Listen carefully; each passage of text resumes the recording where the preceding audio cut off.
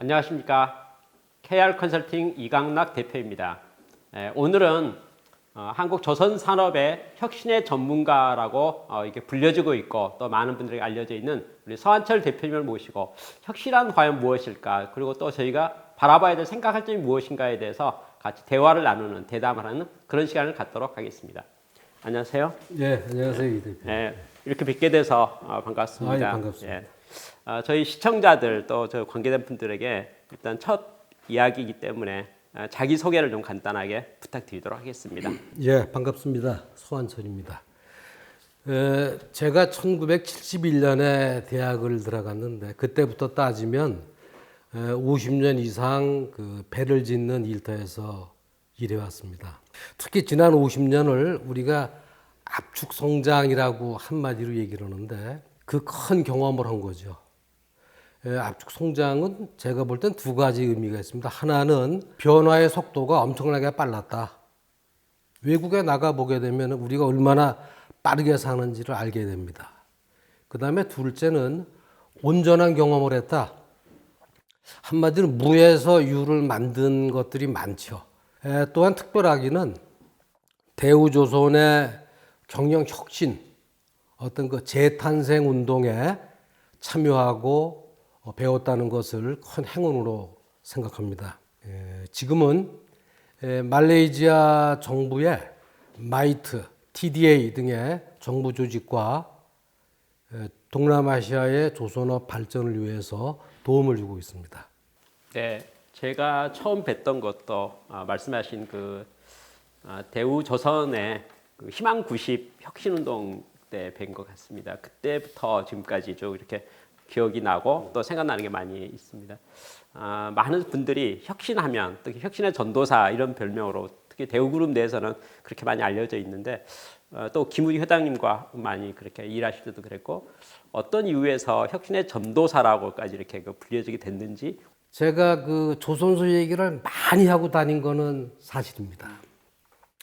왜 그런가 하면은 1987년 여름부터 이 대우조선의 그 아주 그 노사 분규가 아주 극심했습니다. 그래서 대형 일간지에 일면만 차지했습니다. 1년간. 국민의 불효자가 아주 그 나쁜 회사로 그 이름을 떨치다 보니까 우리가 변해가는 모습을 얘기해야 되겠다. 우리가 변하는 모습을 그 용서를 받아야 되겠다.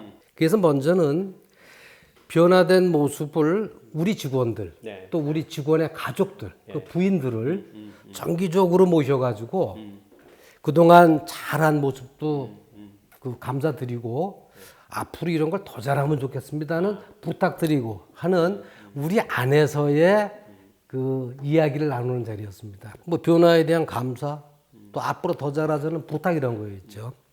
그러다가 대우그룹의 여러 회사에 이 자랑을 하기 시작했어요. 또 자랑하다 보니까 우리 조선소 직원들한테는 자부심도 또 갖게 해주죠. 그래서 열심히 여기저기다 얘기를 많이 했습니다. 그리고 또 우리의 그 일이 그 1994년에 그 하버드 비즈니스 스쿨의 성공 사례로 그 스터디가 돼가지고 여러 널리 그 공개가 됐기 때문에 그것도 또한 의미가 있고, 얼마 전에는 한 말레이시아 인사가 그 논문을 읽고 저에 대해서 더 잘 알게 됐다. 이런 얘기를 전해주는데 하여간 30년 전의 행적이 지금도 도움이 된다고 하니까 그건 뭐 개인적으로 큰 영광이라고 생각합니다. 네, 저도 기억해 보니까 이런 생각이 드네요. 1980년대 후반에 그때 당시 우리나라 많은 기업들이 혁신을 많이 했던 것 같습니다. 근데 그 중에서도 아주 대표적인 혁신 사례가 대우조선의 혁신 사례가 뭐 파격적이었던 것 같아요. 그 규모도 컸었고 변화도 많았고 또 많은 면에서 많은 사람들에게 회자가 됐었던 것 같습니다. 그게 하나의 이제 사례가 되어서 이제 많은 기업들에게 혁신에 대한 것이 보급되기도 하고 또 뭐 이래야 된다라는 측면으로 강조도 되고 또 이렇게 설명되면서 혁신에 대해서 혁신의 전도사다, 혁신을 계속 전파하는 어떤 메신저다, 이런 관점에서 혁신의 전도사라고 부르고 있고 뭐 해오지 않을까 생각됩니다. 그렇다면 그런 면에서 기업에 있어서 혁신이란 무엇일까요? 혁신을 우리가 정의한다면 또 혁신에 대해서 생각한다면 특별히 우리 서한철 대표님이 생각하시는 혁신이란 개념 또 혁신을 뭐라고 표현하면 좋을까요? 혁신에 대한 개념을 한번 좀 설명을 부탁드리고 싶네요. 존속 능력이라는 거는 이 sustainability 네. 이거를 유지하는 게 이 혁신인 것 같습니다. 제가 그 좋아하는 독야청청한 예, 예. 경제학자 슈마허의 얘기를 빌리면은 이 sustainability라는 게 어떤 미래 세대에 대한 존중, 또 인적 자원의 꾸준한 개발, 그리고 사업의 발전 이거를 함유한다고 그럽니다. 그래서 제 생각에는 기업의 혁신이란 지금 그 세 가지의 관점으로 항상 노력하는 것이 아닌가 이런 생각이 듭니다. 그러니까 변화만이 유일한 그 상수라는 얘기를 하는데 그러다 보니까 사실은 혁신은 사는 과정이고 또 삶 자체일 수 있다고 봅니다. 그런데 변화하기가 힘들죠. 예, 그렇죠. 예. 근데 이 변화에 대한 저항, 이 저항이 무엇일까 하는 생각을 많이 하게 되는데 앞으로 어떻게 될 건가 하는 어떤 불확실성, uncertainty가 바로 변화를 예. 자꾸 방해하는 걸림돌이 아니냐, 저항력이 거기서 생기지 않느냐, 불안하게 생각하는 거 그런 생각이 듭니다. 그런 점에서 이 혁신을 위해서는 어떤 그 조직의 심리적 안정, 어떤 psychological stability, 심리적 안정이 우선돼야 하고 저는 바로 그것이 비전을 공유하는 거라고 생각합니다. 예. 서로 이렇게 함께 살자 하는 좀 가치 있고 참된 비전을 공유한다면 이제 우리가 미래를 향해서 잘들 나가지 않을까. 그게 혁신 아닐까 하는 생각을 하게 됩니다. 대우조선의 그 혁신, 희망 90 운동의 비전이 이런 거였습니다. 일만 나는 회사, 일만 나는 회사, 그다음에 꿀만 나는 가정, 꿀만 나는 가정. 살만 나는 고장. 제가 볼 때는 모든 그 직원들이나 그 지역 사회가 이 비전을 공유했던 것 같아요. 그래서 아주 짧은 시간, 3년 만에 환골탈태한 것이 아닌가 하는 생각이 듭니다. 그러나 그 3년의 생활은 쉽진 않았습니다. 그 세 가지로 얘기 드린다면 서바이벌, 하여간 살아남기 위해서 엄청난 고투를 한 기간이었고, 두 번째로는 어웨어니스, 뭔가 부족한 거를 깨닫고 채워나가는 어떤 수련 과정, 그 다음에 세 번째로는 액츄얼라이제이션 아니면 리얼라이제이션, 뭔가 높은 목표를 실현하고 또 그 이후에 정신적으로 또 고양시켜 나가고 어떤 이런 노력, 이런 그 혁신의 과정을 거쳐서 많은 걸 배운 겁니다. 그래서 사실은 그 비전에 대해서는 저는 이 두바이의 제후 얘기를 많이 해요. 모하마드. 지금 이 사람이 그 두바이 시장이고 아랍에미리트의 총리입니다. 근데 그 아랍에미리트가 7개의 제후국으로 되어 있는데 그러니까 서로 비전이 틀리니까 살아가는 방법이 틀린 거예요. 아직도 그 사막에서 그런 생활하는 그 제후들이 5나라가 있어요. 근데 유일하게 이 두바이의 제후 모하마드가 젊은 나이에 비전을 그립니다. 그 사람의 비전이 뭔가 하면은 중동, 이 미들이스트가 긴장과 갈등의 지역이 아니다. 우리 중동은 문화와 문명과 혁신이 만나서 꽃 피울 수 있는 장소다. 이렇게 자기의 비전을 그렸습니다. 그리고 30년이 된 지금 보세요. 두바이는 사막 가운데 다른 세상이 됐죠. 그래서 제가 생각하기에는 딱 2줄의 비전 선언문인데 그 2줄이 사막을 기적같이 이제 변모시키는 거죠. 이게 비전의 힘이기 때문에 저는 이 기업은 비전이 없으면은 기업이 아니다 이렇게 생각을 하고 기업은 혁신 그 자체이다 이런 생각을 하게 됩니다.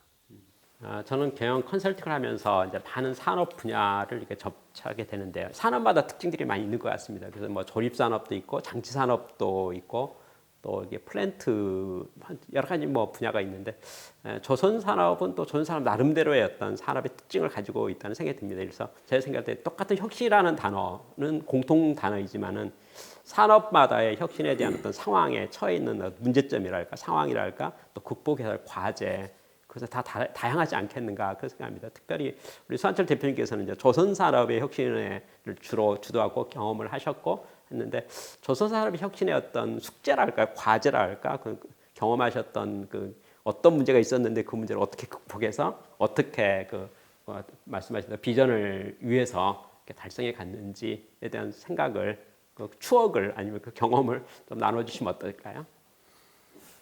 지금 와서 생각하니까 이제 이런 문제를 느끼게 되는데 사실은 근본적인 뿌리, 문제의 뿌리는 똑같지 않을까 하는 생각을 합니다.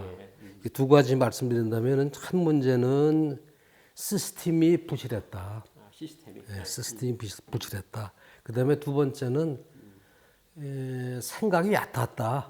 이런 두 가지를 얘기하고 싶은데 첫째 그 시스템이라는 거는 문제를 풀어나가는 플랫폼이라고 생각합니다. 문제를 풀어나가는 플랫폼이 시스템인데 우리 그 제가 존경하는 데밍 박사가 얘기하시기를 목표가 없는 시스템은 시스템이 아니라고 그럽니다. 그러니까 당연히 시스템 안에는 목표가 담겨 있어야 됩니다. 그 다음에 시스템 안에는 미래가 들어있어야 된다 그러는 겁니다. 바로 목표와 미래를 향해서 문제를 풀어나가는 플랫폼, 그게 시스템인데 그게 없었어요. 그리고 아주 부실했어요. 그런데 그 시스템이라는 게 그 프로세스와 릴레이션이 엮여 있습니다. 그 안에. 그런데 그 릴레이션, 프로세스라는 것은 일하는 순서이고 방법일 뿐만 아니라 조직과 개인 간에 어떻게 함께 일해야 된다 하는 코퍼레이션이 거기 들어가면서 완성되는 겁니다. 그다음에 두 번째 이제 저는 이제 딥 띵킹 우리가 생각이 얕았다고 느끼는 것이 그러니까 퀵 픽스. 그냥 어떻게 그냥 겉만 처리하고서 넘어가지 그 깊이 있는 거를 찾아서 생각하고 해결하는 그런 노력은 부족한 풍토였던 것 같습니다. 쫓기는 풍토죠. 1988년에 우리 김부중 회장님의 주선으로 일본의 조선 고수, 조선의 전문가한테 배울 기회가 생겼습니다. 근데 그 전문가가 저하고 앉아가지고 커리큘럼을 쭉 정리하고 교재의 그 목차를 정리하다가 제일 마지막에 쓴 챕터 넘버 제로가 있습니다. 1번 위에 하나 더 생긴 거죠. 그 제로가 뭐냐? New Shipbuilding Concept이라는 글을 썼습니다. 새로운 배 짓는 개념을 썼는데 그분이 조선소를 돌아보고 저하고 대화를 쭉 하고 우리한테 가르칠 내용을 정리하면서 깨달은 게 뭐냐? 이 친구들이 배 짓는 개념이 아직 정립되어 있지 않구나 하는 것을 얘기한 겁니다.